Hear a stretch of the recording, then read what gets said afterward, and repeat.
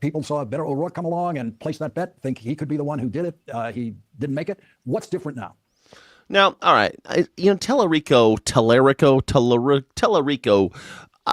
I've been watching this guy for a while, and I'm not a fan of the Democrats. I'm an independent. You see, it says independent right here. I'm not a fan of the Democrats, but this Telerico guy, what do you guys think about him? First Democrat to run as a senator in Texas with a chance of winning in 38 years. And Donald Trump hates him. Donald Trump is literally taking Brendan Carr's the head of the FCC, and he's making it so that people like Colbert cannot even interview Telerico. He can only appear on cable network. But what's kind of also interesting is that Stephen Colbert interviewed him anyway, and they put the interview on YouTube. So now you can watch it, even though they tried to kibosh the whole thing. They're not allowed to interview this guy because he's such a danger to the fucking fascist regime. That's what's like, what country in the world can you name a country that would do something like this? They have somebody who's a promising candidate from the opposition party. You dislike that person so much that you pressure giant corporations to in turn pressure the outlets, the news outlets, so that you can silence that candidate. What kind of country does a thing like that? What kind of country silences news outlets in order to suppress the message of an opposition candidate? Like, I'm sorry, but I'm not a Democrat. But if you're gonna be trying to silence a guy, man, I wish I lived in Texas. Damn. I wish I lived in Texas right now. Well, I think the reason the Trump administration and their billionaire friends are trying to silence me and this movement is because they're worried that we are going to flip Texas in November of this year. There is a growing backlash across our state to the extremism and the corruption in our government. And we are building a movement to take back our state and take back our country. We have traveled every corner. How about Art the Clown for president, says Kathy Skywalker. I don't know if you noticed, but Art the Clown is already president.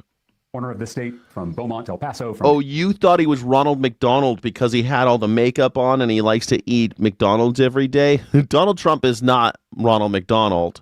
He is Art the Clown. He's a psychopathic serial killing clown. Donald Trump is It the Clown. Pennywise the Clown. Donald Trump is not like a friendly clown.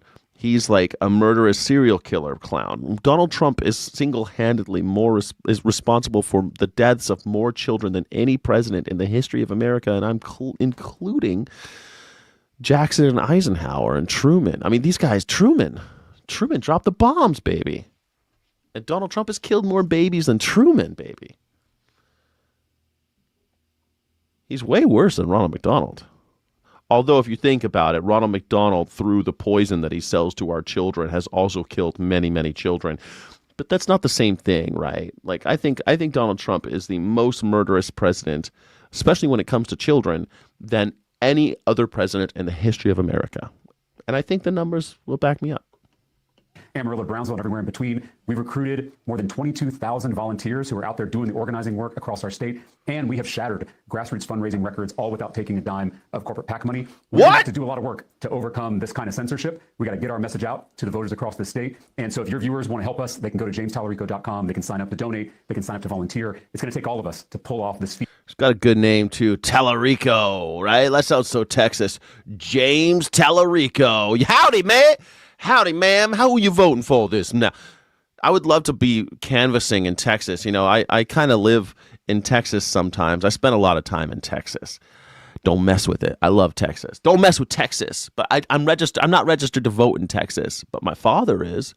And I'd love to go to Texas and knock on doors like, well, howdy, ma'am. Now, I'm here to inquire respectfully, of course. Now, who are you thinking about voting for this election season? Now, howdy to you. I really haven't put much thought into it. Well, ma'am, I'd like to just humbly consider Mr. James Talarico. Mr. James Talarico, he hasn't taken one penny from them corporate overlords, those carpetbaggers outside, those Yankee bastards. You know what I'm saying? Now, would you mind just considering take a brochure and maybe familiarize yourself with the platform? Well, I sure would love to see a nice white boy like you come around here and tell me this. Thank you very much. I will consider. I would love to do that. Let's do it. We can all canvass for James Talarico. Why? Because Donald Trump hates him. That's enough for me. No, if you watch any of his speeches, James Talarico's pretty badass. He hates the corporations who are buying America, and we need somebody like that.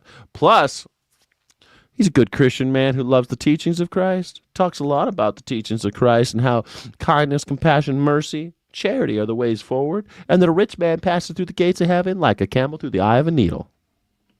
Of winning Texas, but it is doable. I'm seeing it on the ground. We just launched our Take Back Texas tour. We're going to go to every part of our state over the last 2 weeks of the primary campaign, and I think we're going to surprise a lot of people in November of this year.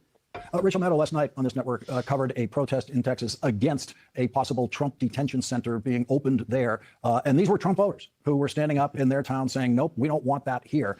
And so there has been, on that issue at least, about these detention centers, some apparent separation of support of Trump voters for Trump ideas. Now, ma'am, do you feel like we should be taking the God's children and putting them into warehouses and not have the facilities to even have the dignity to use the bathroom, ma'am?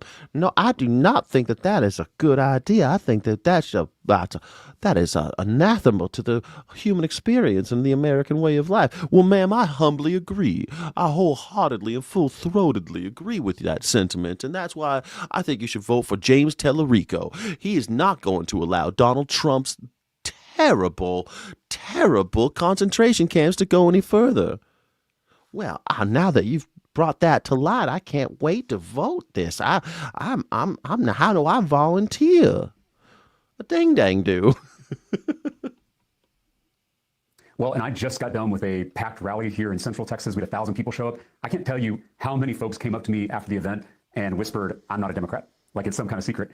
And we're seeing that all over the state. It's independents, it's some Republicans, it's some Trump voters who are really fed up with what they're seeing in Washington. But it's also a lot of new voters, a lot of young people, first-time voters who are showing up at our events and saying it's the first political event they've ever attended. So there is something happening in Texas. It's our job to harness that energy, to channel that backlash into a ballot box. We have a moral imperative to win this race in November. Something's happening in Texas. And so our movement here is built to win, and I hope people across Texas and across the country will join us. In a podcast over the weekend, President Obama talked about the value of having younger candidates who can energize younger voters. No shit. What's younger now? Younger than 80? My God. Tips in your direction, as it does for your opponent in the Democratic primary, Jasmine Crockett. But he also, in what we just heard him say about you, that point about the most important thing for a candidate is to actually know what you think and really be that person in presenting yourself to the electorate. Did the president get it right when he was talking about you? Is that the way you see yourself? Yeah, my faith is central in my life. My granddad was a Baptist preacher in South Texas, and he told me when I was real little that our job is to follow Jesus' 2 commandments, to love God and to love neighbor.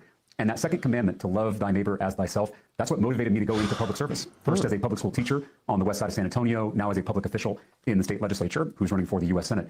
And as a legislator, I have passed major bills to bring down the cost of housing, the cost of childcare, the cost of prescription drugs, including insulin.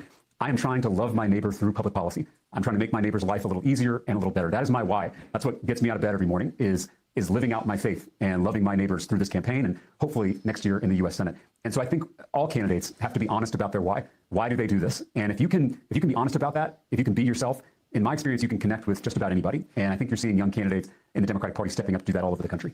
Okay.